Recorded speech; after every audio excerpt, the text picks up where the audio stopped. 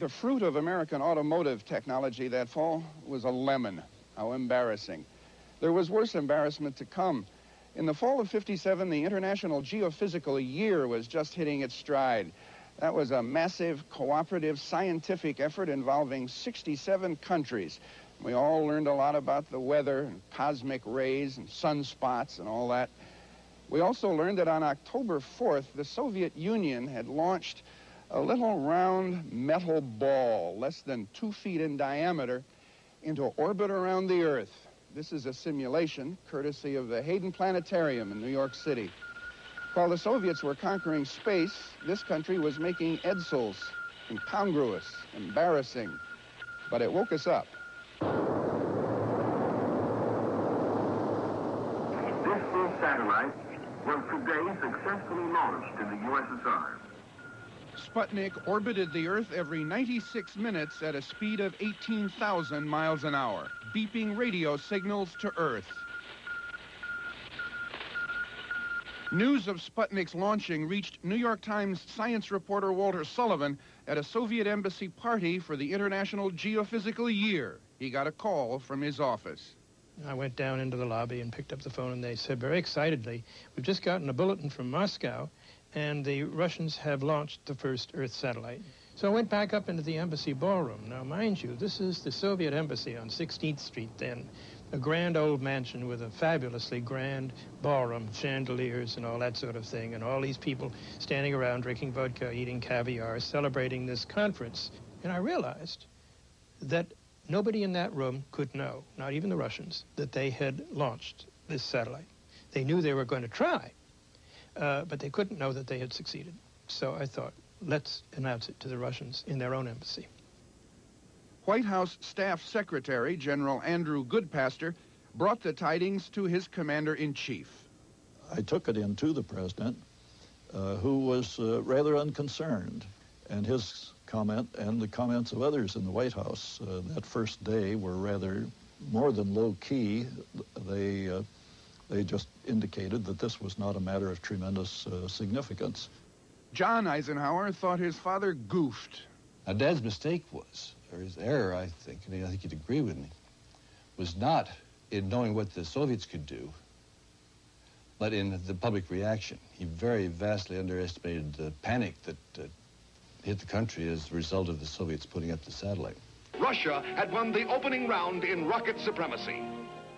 Panic may be an overstatement, but certainly this country was concerned, even shaken. Ham radio operators became local celebrities. Arthur Bonte was a New York ham. I have logged it 4 distinct times. The first time being yesterday evening, about 6:35 p.m. It started to come in. My son had put a sign up outside the house asking for a penny to listen to the Sputnik, and of course all the kids in the neighborhood wanted to hear the Sputnik. Around the world I've searched for you. At Britain's Jodrell Bank Observatory, Sir Bernard Lovell monitored Sputnik and marveled. I thought this must be one of the most wonderful places on Earth, but it wasn't. The most wonderful place on Earth at that moment was in the Soviet Union, where Sputnik was being launched. Rock and roll star Little Richard, who was in Australia, had an expensive, visceral reaction to Sputnik. And I said, boy, this is something new.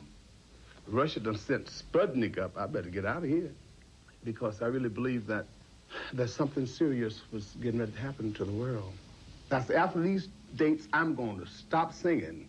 I'm going with the Lord. And so I got on the ferry, and I threw all of my jewelry in the water. I don't know where the fish is right now, but he's full of diamonds.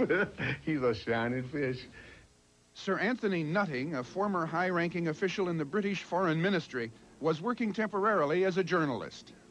I remember one newspaper ran the devastating statement in its editorial, while we have been conquering Little Rock, the Russians have been conquering space.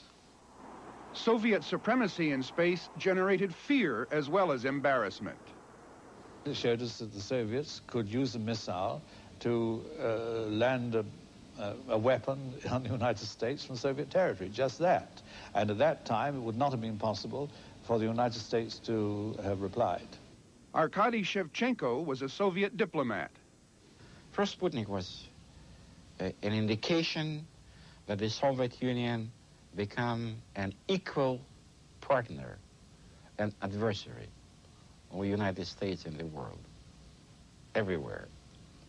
The Soviet Union and the United States had planned to orbit an Earth satellite as part of the International Geophysical Year.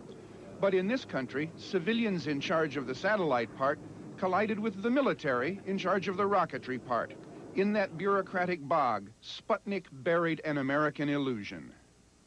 We always believed that Americans were tops in things. So we had that feeling. We were instilled as kids that, hey, you're an American, you could do it better, you know.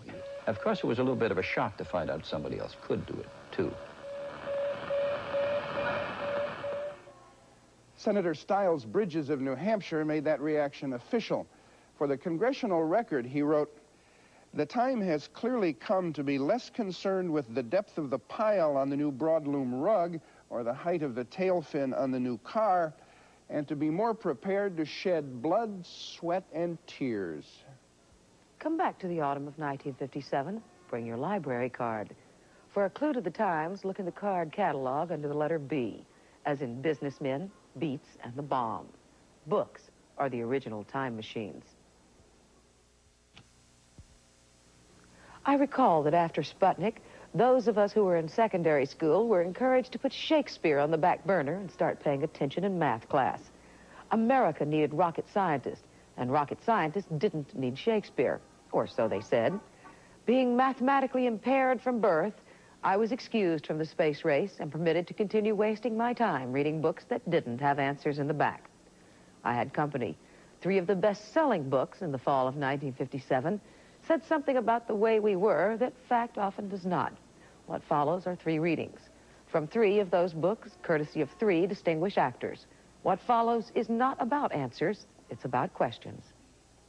The first book was a nonfiction bestseller that fall. William H. White took a critical but not unfriendly look at a new breed that was now numerically dominant in this country, the white-collar worker. In the fall of '57, there were 1.5 million more people selling the sizzle than there were making the steak. The new man lived in the suburbs, surrounded by the appliances of the good life, earned about $6,000 a year in a middle management job, and he wanted to stay put. Author White gave him a book and gave him a name. Actor Tony Roberts gives us a sample.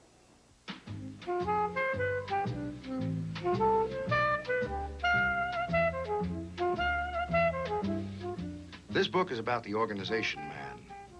If the term is vague, it is because I can think of no other way to describe the people I'm talking about.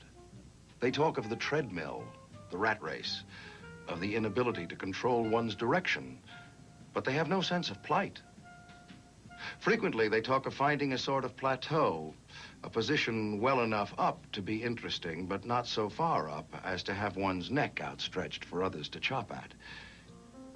As far as social values are concerned, suburbia is the ultimate expression of the interchangeability so sought by organization. It is classless, or at least its people want it to be. The organization man has found in the new suburbs an ideal way station. He is the one most quick to move out, but as soon as he does, another replaces him, and then another. It is he who sets the tone. And if he is as uncertain as any in keeping up with the Joneses, it is because he is the Joneses. One of the hazards of the kind of life we lead, says a man now poised on the threshold of top management, is the loss of well-defined objectives. What is the purpose? What is the end? I was deeply a part of the community. I was contributing and was effective. Then they asked me to come to New York. The VP in charge told me that by coming here, I'd have a box seat in the big time. If his guess has been bad, it's a terrible waste. I hope the company isn't playing checkers with me. I feel a lack.